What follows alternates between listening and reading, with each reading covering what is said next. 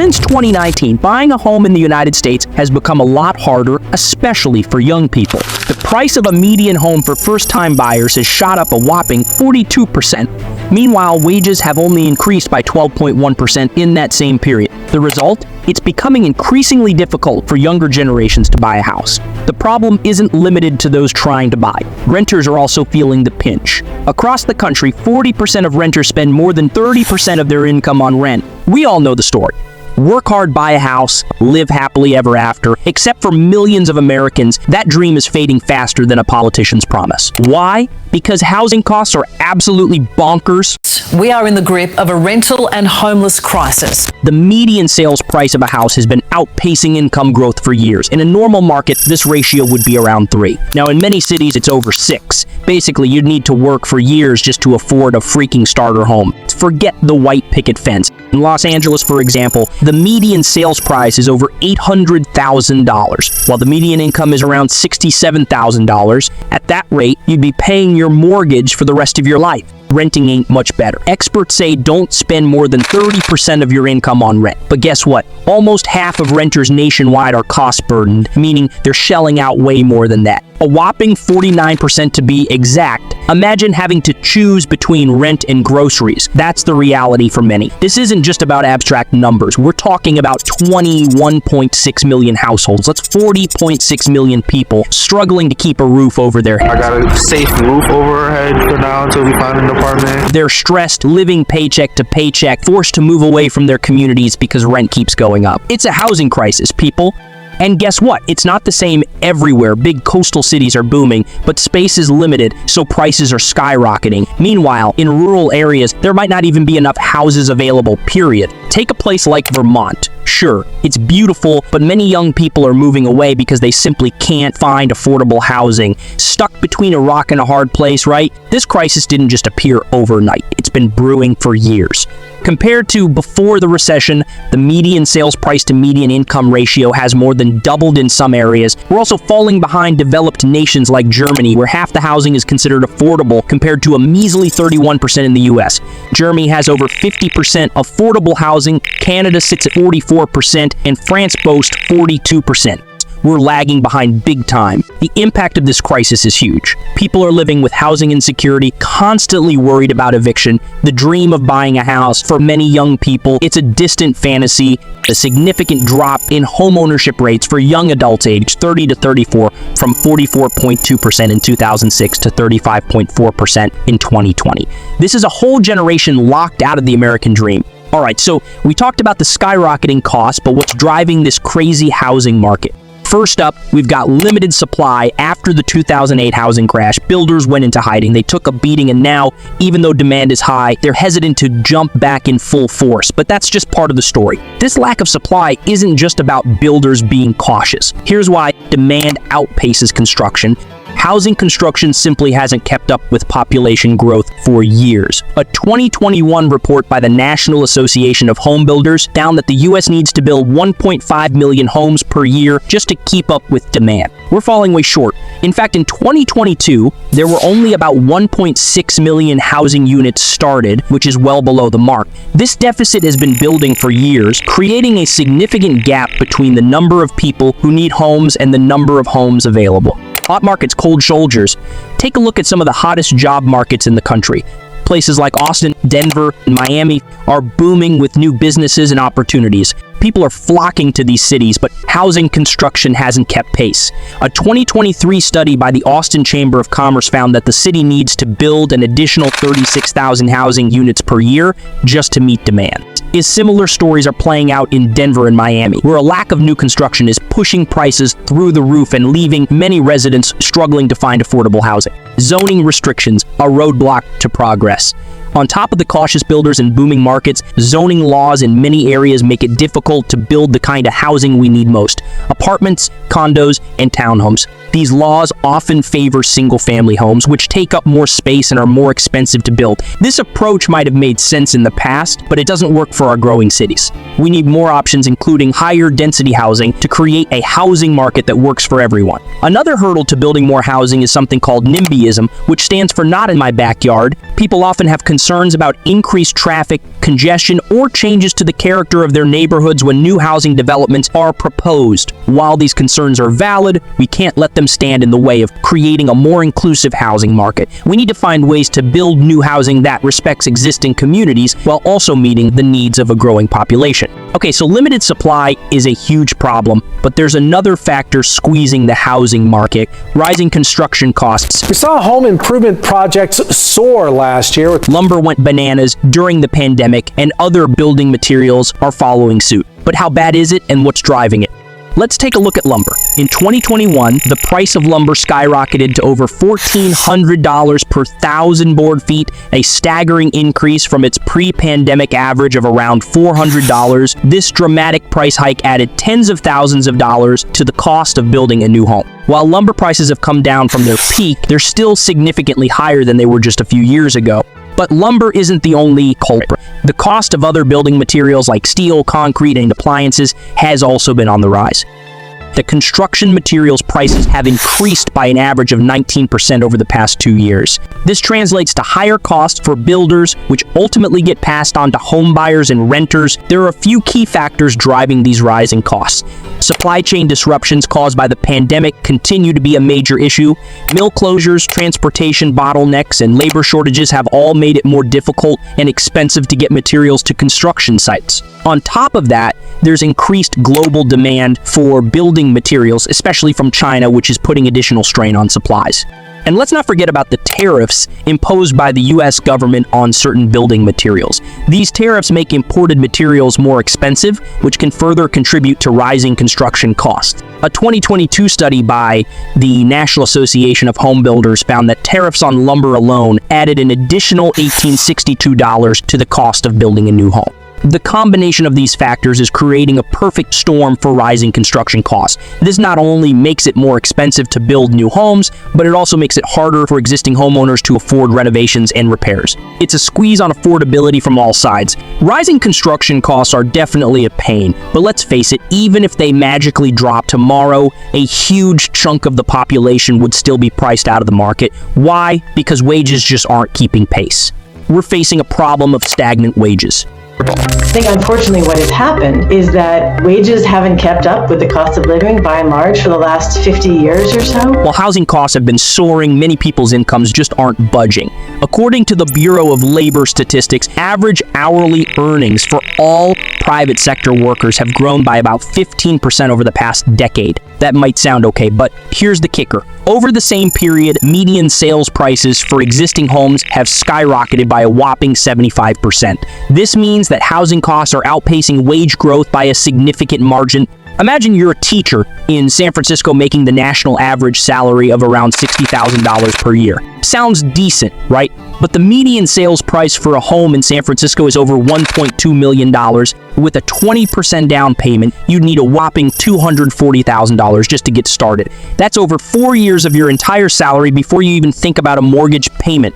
Now let's look at Los Angeles. The median sales price of a home in Los Angeles is over $800,000, while the average teacher salary is around $67,000. Even with a decent salary, affording a home in Los Angeles is a pipe dream for many teachers. This isn't just an issue on the coast. In many parts of the country, housing costs are outpacing wage growth, making it difficult for essential workers like teachers, firefighters, and nurses to find affordable housing in the communities they serve. The wage gap isn't just a national problem, it's a global one. Wages in most developed countries haven't kept pace with productivity growth over the past few decades. This means that while workers are producing more, they're not sharing in the profits.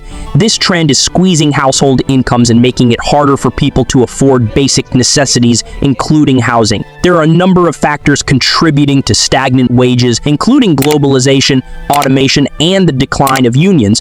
According to the National Low-Income Housing Coalition, the national fair market rent for a 2-bedroom apartment in 2023 is $1,877. That means a full-time worker earning minimum wage $7.25 per hour would have to work 89 hours per week just to afford rent, with no money left for food, transportation, or any other necessities. That's an impossible situation for those who aren't on minimum wage. The gap between wages and housing costs is widening. A 2023 report by the Pew Research Center found that real wages adjusted for inflation for most American workers have stagnated over the past few decades. This means that while people might be getting raises, their purchasing power isn't increasing. They're essentially working harder just to stay in the same place. The wage gap isn't just about housing either. Stagnant wages make it harder for people to afford other basic necessities like food, healthcare, and transportation. 61% of Americans say they are living paycheck to paycheck, with many having to cut back on essential expenses. This economic strain is putting a huge burden on working families and hindering their ability to achieve financial security. And compared to other developed nations, the U.S. falls even further behind. A 2023 report by the OECD found that the average American worker needs to dedicate a much larger portion of their income to housing costs compared to workers in other countries. In the U.S., it takes an average worker 18.7 years of salary to afford a median-priced home, while in Germany, it takes only 9.8 years. This isn't just about affordability. It's about a fundamental difference in priorities. In many European countries, there's a stronger social safety net and a greater emphasis on ensuring housing is a right. The consequences of stagnant wages are dire. People are forced to make tough choices like skipping meals or doubling up with roommates just to afford rent. This housing burden also impacts the overall economy. When a significant portion of people's income goes towards housing, they have less money to spend on other goods and services, which can slow down economic growth. Some people are delaying major life milestones like marriage or having children. Others are forced to move to more affordable areas, which can disrupt their careers and social connections. It's a domino effect that's impacting the entire fabric of our society. All right, we've talked about limited supply, rising construction costs, and stagnant wages, but there's one more factor fueling the housing crisis. Investor buying. Big investment firms are scooping up houses, especially single-family homes, and it's having a significant impact on affordability. And it's Wall Street. A recent New York Times investigation found that in Charlotte, North Carolina, Wall Street investors with all cash offers accounted for 17% of all home purchases in 2022. Here's the deal. Traditionally, the housing market was driven by owner-occupants, people who buy homes to live in themselves. But in recent years, there's been a dramatic surge in investor activities. Redfin found that at the peak in 2022, investors were purchasing over 1 in every 4 single-family homes sold. That's a massive chunk of the market compared to just a decade ago. Back in 2012, investors only accounted for about 16% of single-family home purchases. This significant increase means there's a lot less inventory available for regular home buyers. And it's not just a national trend. Look at Atlanta, Georgia. Atlanta is a growing city with a booming job market. This has attracted a lot of investor activity, particularly single-family home purchases. The Atlanta Fed found that investors now account for over 40% of all home purchases in some Atlanta neighborhoods. This is a staggering number, and it's having a real impact on local residents. Many Atlanta residents, especially young professionals and middle-class families, are priced out of the market due to the intense competition from cash-wielding investors.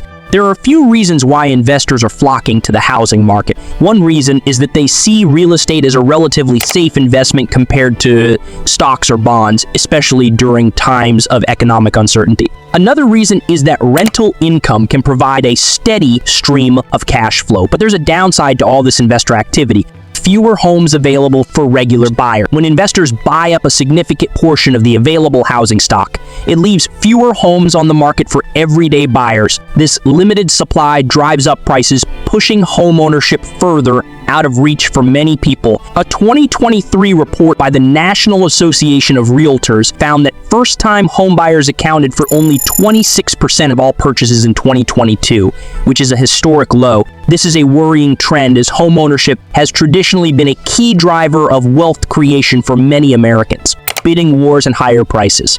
Investor activity also intensifies competition.